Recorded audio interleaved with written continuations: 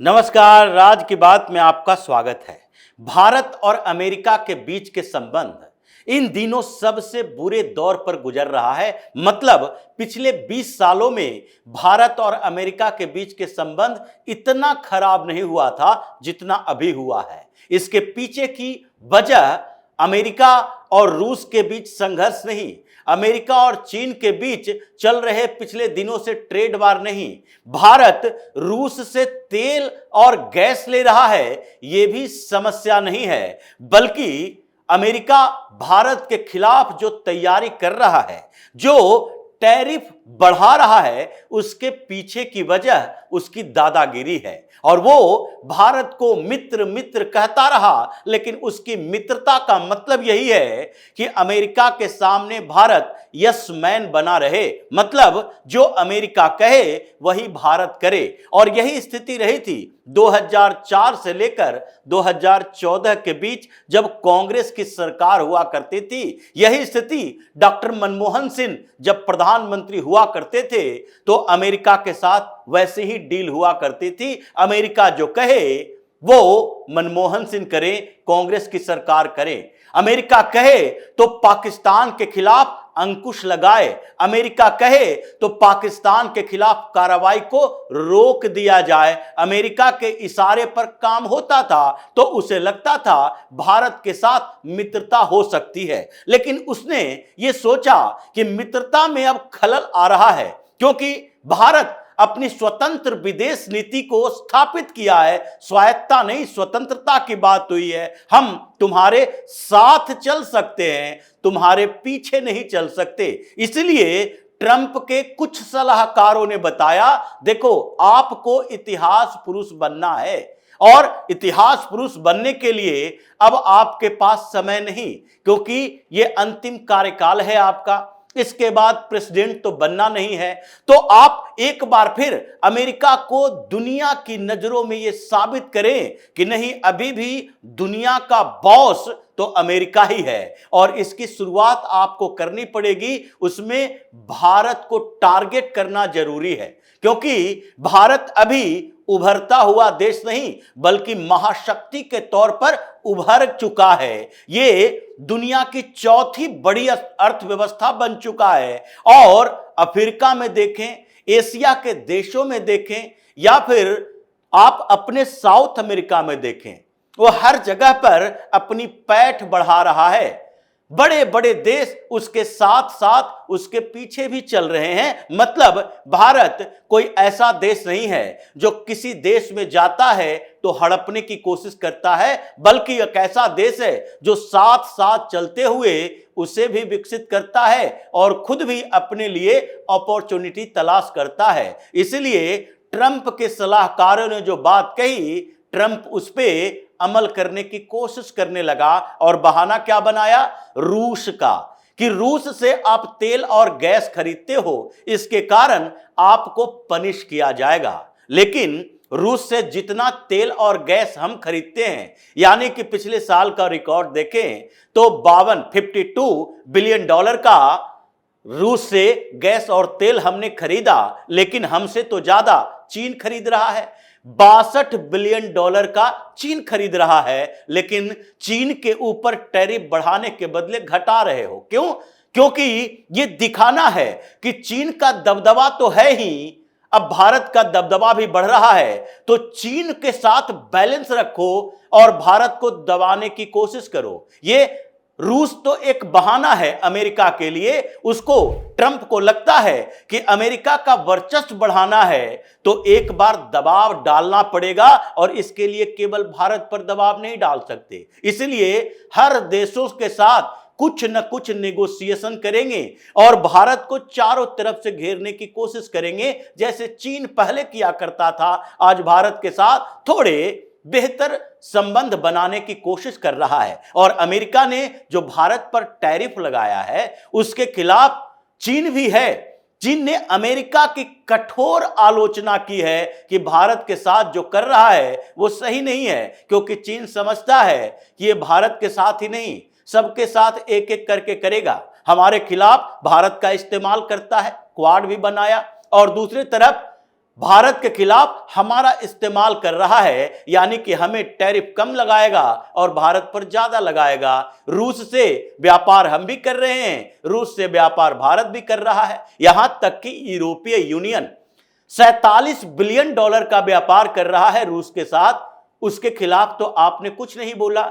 यहां अमेरिका की ही बात कीजिए, अमेरिका का ट्रेड बढ़ा है, 4 बिलियन डॉलर हो गया रूस के साथ, और ये ट्रंप कहता है हमें इसके बारे में जानकारी नहीं है, हम सोच कर बताएंगे। लेकिन ये जो चल रहा है उसके खिलाफ अब तो आवाज उठनी ही थी। इसलिए अमेरिका का जो ये तरीका रहा है, ट्रंप ने जो टैरिफ वार छेड़ा है, उसके पीछे का मकसद भारत की अर्थव्यवस्था को कमजोर करना है। वो म्यांमार और बांग्लादेश में टैरिफ कम लगाकर भारत के टेक्सटाइल इंडस्ट्री को कमजोर करने की कोशिश कर रहा है, ताकि बांग्लादेश और म्यांमार ये दोनों भारत से कंपटीशन में ऊपर आ जाएं और फिर भारत का सामान अमेरिका में महंगा हो, जिससे बांग्लादेश और म्यांमार का टेक्सटाइल इंडस्ट्री बढ़े और भारत कमजोर हो जाए। लेकिन इसके अलावा उसके जो मकसद रहे हैं भारत को कमजोर करने के, कि फिर से चौथी से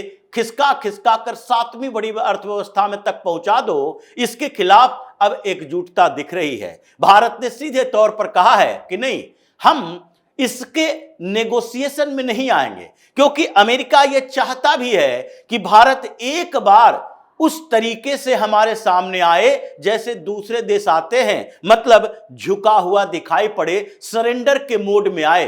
रूस से तेल खरीदारी बड़ी समस्या नहीं है, वो नेगोशिएशन कर लेगा, क्योंकि पहले इसी के इंटरलोक्यूटर ने कहा था कि रूस से तेल और गैस भारत को ज्यादा खरीदना चाहिए, ताकि एनर्जी का जो मार्केट है, इराक, सऊदी अरब, यूएई से जो तेल बेचा जाता है, उसमें एक स्टेबिलिटी आए।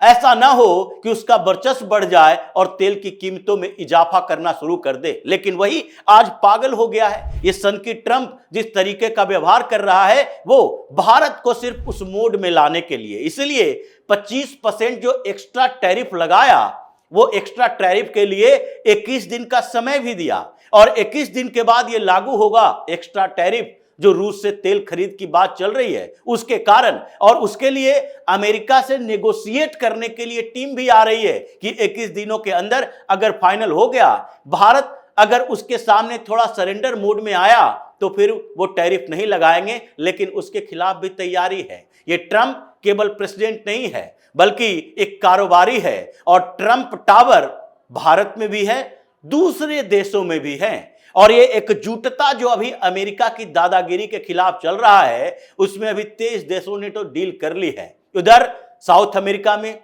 उधर अफ्रीका में, जैसे बड़े देशों की बात करें, भारत और चीन भी इस मामले में एक प्लेटफॉर्म पर आता दिखाई पड़ रहा है। रूस पहले से ही साथ में है, ब्राजील सीधे साथ में आ गया, जापान और ऑस्ट्रेलिया साथ में है, और एशिया के कई देश जहां पर यह लगता है कि ये ट्रंप और अमेरिका की दादागिरी को स्वीकार कर लिया, तो उसके बाद होगा क्या? उसके बाद ये धीरे धीरे हमारे ऊपर और प्रेशर बनाएगा, और फिर वो दुनिया को कंट्रोल करने की कोशिश करेगा, डॉलर के सुपरमेसी बढ़ाएगा और हम लोगों को दबाने की कोशिश करेगा। इसलिए एकजुटता है।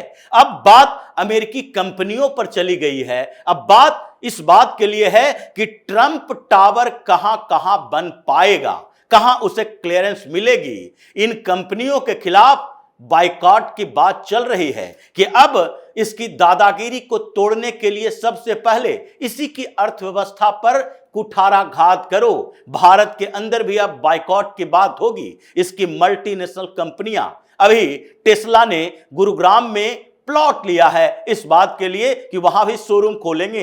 ये चौथा शोरूम दिल्ली में, मुंबई में, पुणे में और गुरुग्राम में भी खोल रहा है। ये यहां पर अपने इलेक्ट्रॉनिक व्हीकल्स बेच नहीं पाएगा। अमेजन जो भारत के मार्केट पर लगभग कब्जा करके बैठा हुआ है, ऑनलाइन ट्रेडिंग में इसका बाइकॉट भी होगा और अमेरिकी कंपनियां जो भारत में मैन्युफैक्चरिंग की बात कर रही है, इसको भी लगता है कि अगर ये बाइकॉट चल गया तो उसके बाद हम लोग बच नहीं पाएंगे। भारत का मार्केट छोटा मोटा नहीं है, यह डायरेक्ट एक्सपोर्ट इंपोर्ट की बात नहीं है जो ट्रंप दिखाता है आंकड़ा कि देखो भारत से एक्सपोर्ट कितना करते हैं और इंपोर्ट हम कितना करते हैं, ये ट्रेड डिफिसिट हमारे पक्ष में है, इसलिए उसके ऊपर टैरिफ लगाओ। ये एक्सपोर्ट इंपोर्ट के आंकड़ों से काम नहीं चलेगा, क्योंकि भारत के अंदर जो अमेरिकी कंपनियों का इन्वेस्टमेंट है, जो पूरे भारत में ये जो टैक्सी सर्विसेज है, उसमें उबेर की जो बड़ी भूमिका है, ये सारों के ऊपर कंट्रोल करने की कोशिश की जाएगी। हमारे यहां अभी वो व्यवस्था नहीं है कि जो उसका अल्टरनेटिव नहीं है, विकल्प नहीं है। बाइकॉट की बात अमेरिकी मल्टीनेशनल कंपनियों के लिए चल रही है। ये पेप्सिको और ये कोका कोला, ये सारी कंपनियां, ये अमेरिका यहां से पैसे कमा कमा कर देती है और जिसके दम पर ये ट्रंप उछल कूद मचा रहा है, ये भारत के मार्केट में एस्टेब्लिश हो चुका है। और यहां से उखड़ने का मतलब ये अगर दुनिया के 40 देशों में भी अपना व्यापार करेगा तो भारत के बराबर इनकम नहीं उठा सकता, क्योंकि भारत का मार्केट ऐसे 40 देशों से बड़ा है। और इसीलिए जो बाइकॉट की चर्चा चली है, अमेरिका के इन मल्टीनेशनल कंपनियों के हालत खराब हो चुके हैं। ट्रंप टावर के खिलाफ भी अब बाइकॉट की तैयारी चल रही है। 23 देशों में इस बात की डील है कि जो अमेरिका करेगा हम उसका जवाब उसी के तरीके से देंगे। और ट्रंप जो अपने आप को इतिहास पुरुष बनाने में लगा है, उसके सारी हेकड़ी निकालनी पड़ेगी। इसीलिए इन्हीं डील का परिणाम है, ये तरीकों रणनीति का परिणाम है कि पीएम मोदी ने सीधे तौर पर कह दिया, अब सीधे जवाब देने का वक्त आ गया है, हम अपने नेशनल इंटरेस्ट के लिए ही काम करेंगे। उसके लिए हमें अगर कुछ बदनामी मोल लेनी पड़े तो वो भी हम लेने के लिए तैयार हैं, लेकिन राष्ट्रीय हित के मामलों में हम किसी से समझौता उल्टा नहीं कर सकते। इसलिए ट्रंप की समस्या तो बड़ी है, अमेरिका की भी समस्या बढ़ रही है कि अब उसकी कंपनियां जो कि पूरे दुनिया में बिखरी हुई है, उसके खिलाफ भी हंगामा बाइकॉट चलेगा। और जो सबसे बड़ा सेक्टर ये है अमेरिका का डिफेंस सेक्टर, जिसके लिए वो तड़प रहा था पिछले 5-7 सालों से, ट्रंप के पहले भी और ट्रंप के समय में भी, जिस तरीके से भारत ने इसके डिफेंस सेक्टर को नुकसान पहुंचाया है। हमने डिफेंस के लिए यानी कि डील इसके थार्ड की नहीं की, बल्कि S-400 से की। हमने इसके फाइटर प्लेन नहीं खरीदे, बल्कि फ्रांस से हमने खरीदे राफेल। हम आगे भी F-35 खरीदने के मूड में नहीं है, इसलिए इसको चिढ़ इस बात की है कि अरबों डॉलर का नुकसान हमारा करवा रहा। यही तो कुछ देश है जो कि बड़े सौदे कर पाते हैं, ये पाकिस्तान जैसा कंगाल देश नहीं कर पाएगा। इसलिए इसकी पूरी हेकड़ी निकालने की तैयारी है बाइकॉट। और साथ ही ये अमेरिकी कंपनियों को जब उसकी औकात दिखाई जाएगी तो उसके साथ ही अमेरिका को लगेगा कि ये वर्ल्ड ऑर्डर चेंज हो चुका है। ये सेकेंड वर्ल्ड वार का समय नहीं और न ही कोल्ड वार का समय है, ये आगे निकल चुका है। कोल्ड वार के बाद ये जो यूएसएसआर का विघटन हुआ और उससे अमेरिका ने सोच लिया कि अब पूरी दुनिया हमारे कंट्रोल में है, अब वो समय गुजर चुका है। और अगर ट्रंप और उसके सलाहकारों ने ये नहीं सोचा तो कुछ दिन के अंदर ये जो अरबों डॉलर का नुकसान उठाना पड़ रहा है अमेरिका को, ये धीरे धीरे बढ़ते जाएगा। और 1929 की आर्थिक मंदी ये झेल चुका है और वही अमेरिका फिर से उसी आर्थिक मंदी के दौर में जाएगा। सरकार के पास पैसे तो होंगे, लेकिन लोगों के पास पैसे नहीं होंगे। सड़कों पर प्रदर्शन वैसे ही होगा, क्योंकि दुनिया को अपने इशारों पर घुमाने के चक्कर में ट्रंप ने अमेरिका को बर्बाद करने की ठान ली है। तो इसी तरह की खबरों के साथ फिर से हाजिर होंगे, तब तक के लिए बने रहिए हमारे साथ और देते रहिए हमें सहयोग, ताकि इसी तरह की खबर हम आपके लिए लाते रहे। धन्यवाद।